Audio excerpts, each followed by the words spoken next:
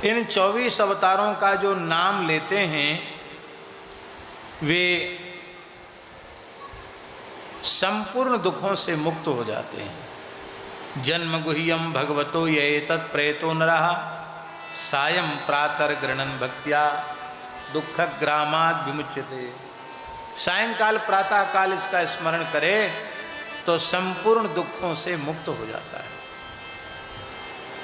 आजकल बहुत प्रचार चल रहे हैं, लाल धागा बांध लो, काला धागा बांध लो, पीला धागा बांध लो, अमुक गंडा बांध लो, नजरोटा, ताबीज, जाने क्या क्या। टीवी पर भी बहुत प्रचार आते हैं। लोग दावे करते हैं कि हमारे यहाँ हाजिरी लगाओ, हम तुमको बिल्कुल ठीक कर देंगे। और लोग भटकते इधर उधर। भागवत में लिखा है 24 अवतारों का नाम सोते सोते ले लो और 24 अवतारों का नाम जगते ही ले लो तो आपके सारे दुख समाप्त हो जाए, कोई दुख नहीं रहे। फिर कोई धागा बांधने की जरूरत नहीं पड़ेगी, फिर किसी टटका टोना वाले के पास जाने की आवश्यकता नहीं रहेगी। धागा बांधने से हमारा अर्थ समझना, वर्तमान में जो नई नई पद्धतियां चल गई हैं धागा गंडा बांधने की, वो प्राचीन परंपरा से हमारे यहाँ वैदिक सनातन धर्म का आदर करने वाले लोग अपने दक्षिण बाहु में अनंत सूत्र धारण करते हैं। अनंत व्रत का विधान है, अनंत सूत्र धारण का विधान है, वो तो ठीक है, वो सब हिंदुओं को धारण करना चाहिए। कोई पूजा पाठ करते हैं तो पंडित जी कलावा बांधते हैं, कलावा पहनना चाहिए, उसमें कोई बाधा नहीं।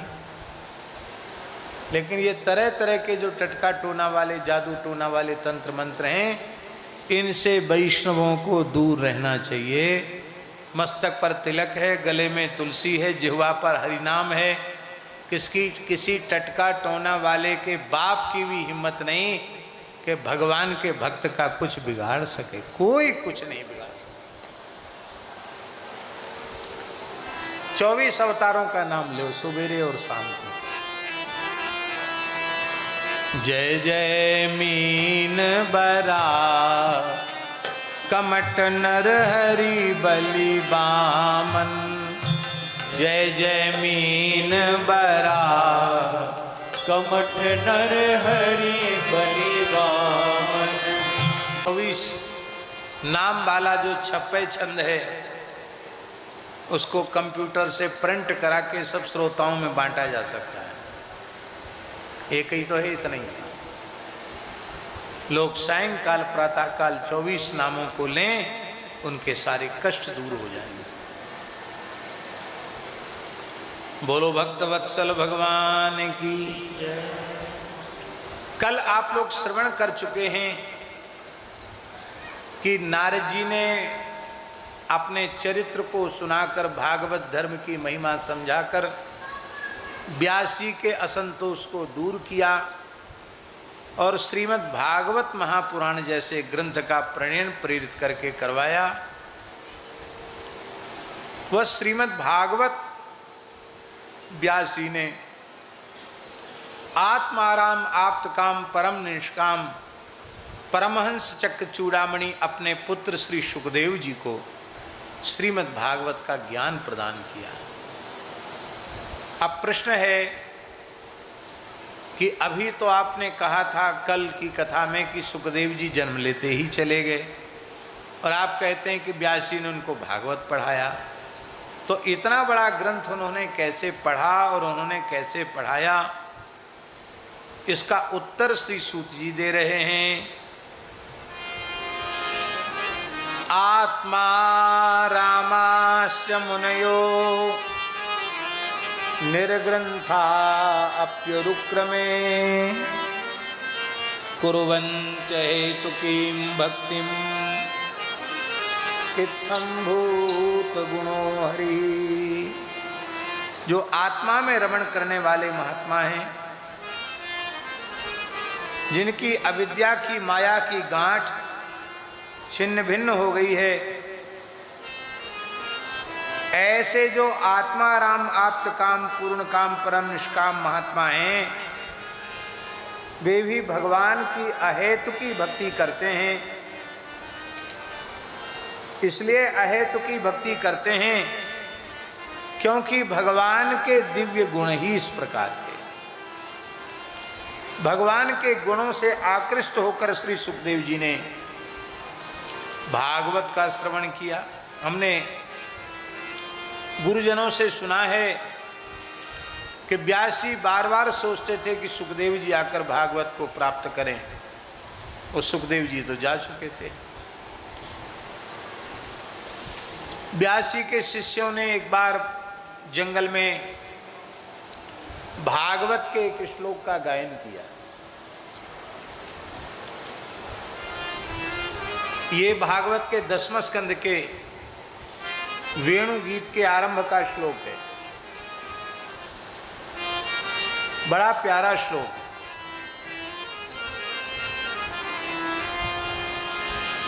वरहा पीडम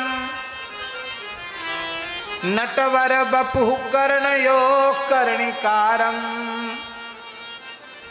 बिभ्रदवासः कनक कपिशं वैजयन्तीं च मालां रन्ध्रान् वेणोरधर सुधया पूरयन् गोपवृन्दैः बृन्दारण्यं स्वपदरमणं प्राविशद गीत कीर्ति।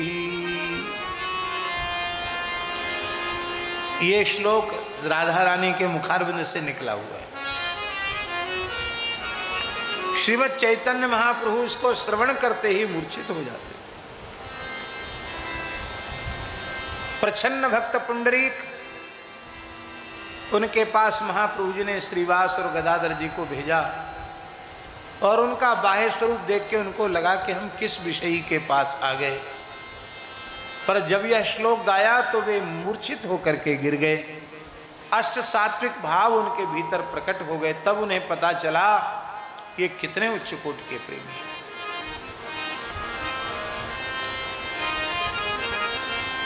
इसके ऊपर लिखा है स्वासखीभ्योऽन्वर्णयत्। क्या लिखा है? स्वासखीभ्योऽन्वर्णयत्। अपनी सखियों से राधा रानी ने कहना आरंभ किया। क्या कहा? स्पष्ट लिखा स्वासखीभ्यो, अपनी सखियों से कहा, अरे सखियों देखो तो सही, ये हमारे प्राण जीवन धन श्री कृष्ण कितने सुंदर लग रहे हैं। बरहा पीडम, कितना सुहावना मयूर पिच्छ का मुकुट इन्होंने धारण कर रखा है। नटवर बपुः कर्णयो कर्णिकारम, जैसे कोई नट अपने को सजा धजा करके मंच के ऊपर अपने आप को प्रस्तुत करता है और अपने हाव भाव कटाक्ष से सबको मोहित कर लेता है, ऐसी नटवर श्री कृष्ण ने अपने श्रीअंग को कैसा सुसज्जित किया है। ये व्रज इनका अभिनय मंच है और इसमें इनकी जो लीला है यही इनका अभिनय है। ये अपने हाव भाव कटाक्ष से सबके चित्त वित्त की चोरी कर रहे हैं। अथवा नटवर बपुः, नट शब्द का अर्थ होता है शिव। शिव जी का नाम है नट, नटाय नमः। शिव जी के प्रधान नामों में है नट नाम।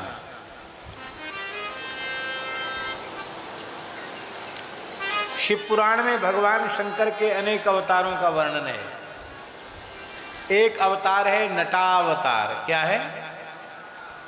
नटा, नट रूप में हिमांचल के यहाँ जाकर के नृत्य करते हैं। बड़ा अद्भुत प्रसंग है। पार्वती जी ने कहा कि आप मेरे पिताजी से मुझे मांगिए। मेरे पिता का गौरव बढ़ाइए और मेरा भी गौरव बढ़ाइए। तो शंकर जी विलक्षण नट के रूप में हिमांचल के यहाँ पहुँचे हैं। हिमांचल ने उनका स्वागत किया है और कहा कि हम विचित्र नट हैं।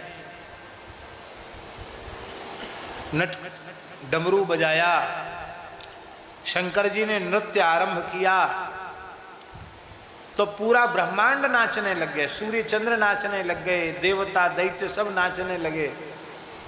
कहाँ तक कहें, हिमांचल के आंगन में सभी ऋषियों को नचा दिया, ब्रह्मा जी को, नारायण भगवान को, सबको नचा दिया। ऐसा विचित्र नट, सब देवता आकर के नृत्य कर रहे हैं। बोले भाई ऐसी नाट्य कला तो हमने आज के पहले कभी देखी नहीं।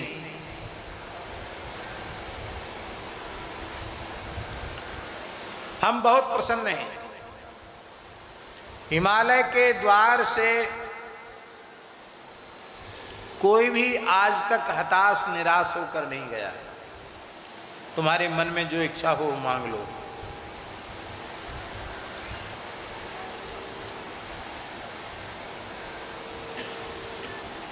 भगवती जगदम्बा पार्वती अपनी माता मैना की गोद में बैठी थी।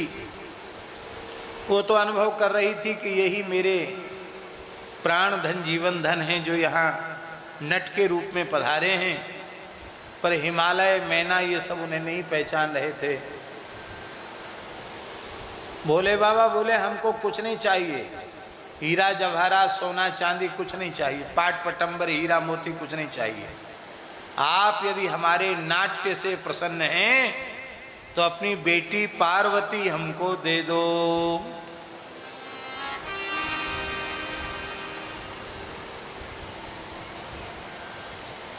इतना सुनते ही हिमालय क्रोध में आग बबूला हो गए। अरे दुष्ट नट, तू मेरी पुत्री को ही मुझसे मांगता है।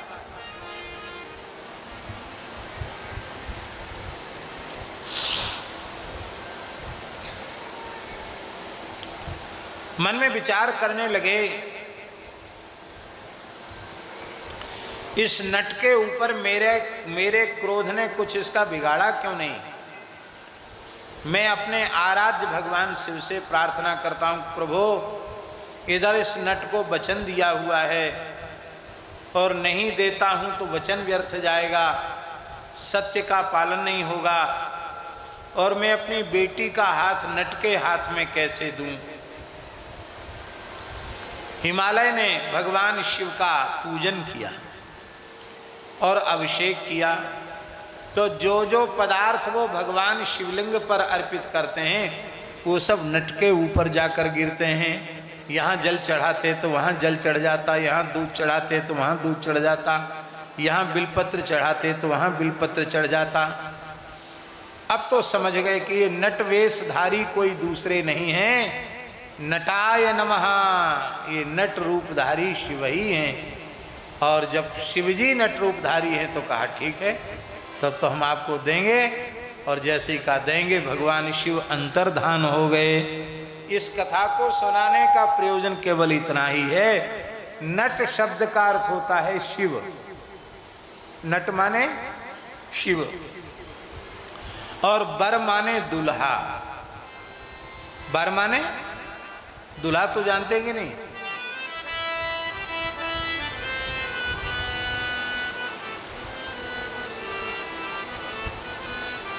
हमारे श्याम सुंदर मुरली मनोहर मदन मोहन श्री कृष्ण इतने सुंदर हैं, इतने सुंदर हैं कि इनकी रास बिहारी छवि को देखकर नट माने शिव, उनमें भी गोपी भाव का उदय हो जाता है और वो भी इनको अपने प्राण धन के रूप में अंगीकार कर लेते हैं।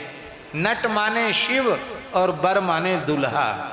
ये इतने सुंदर हैं कि भोले बाबा भी गोपी बनकर रास में पहुंच जाते हैं, उनको कांत भाव से भजने लग जाते हैं। नटवर बपू, ऐसा इनका बपू है।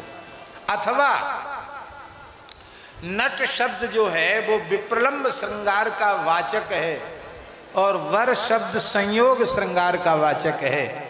श्री कृष्ण में विप्रलंब श्रृंगार भी है और संयोग श्रृंगार भी है, दोनों ही एक श्री देह में प्रकट हो रहे हैं। कर्णयोः कर्णिकारम, इनके कानों पर कर्णिकार का फूल है। कर्णयोः द्विवचन है और कर्णिकारम एक वचन है।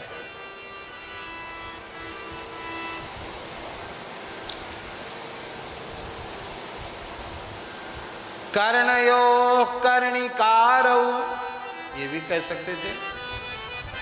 दोनों कानों पर कनेल के फूल हैं, लेकिन कर्णयोः द्विवचन कहा और कर्णिकारम एक वचन कहा। श्री जीव गोस्वामी जी महाराज क्रम संदर्भ नाम की टीका में लिख रहे हैं, एतत् श्री कृष्णस्य संकेत पुष्पम, ये श्री कृष्ण का संकेत पुष्प है। कदाचित दक्षिण करणे विदधाति कदाचित वाम करणे, एक ही फूल है कनेल का, पर ये श्री कृष्ण का संकेत पुष्प है। कभी दाहिने कान पर रख लेते हैं उसी फूल को, कभी बाएं कान पर रख लेते हैं। ये अदला बदली क्यों करते हैं फूल की? ओर से घेर लेती हैं। अब नंद बाबा हैं, यशोदा मैया हैं, दाऊ दादा हैं, सखा हैं, सबके सामने खुलकर बात कैसे हो?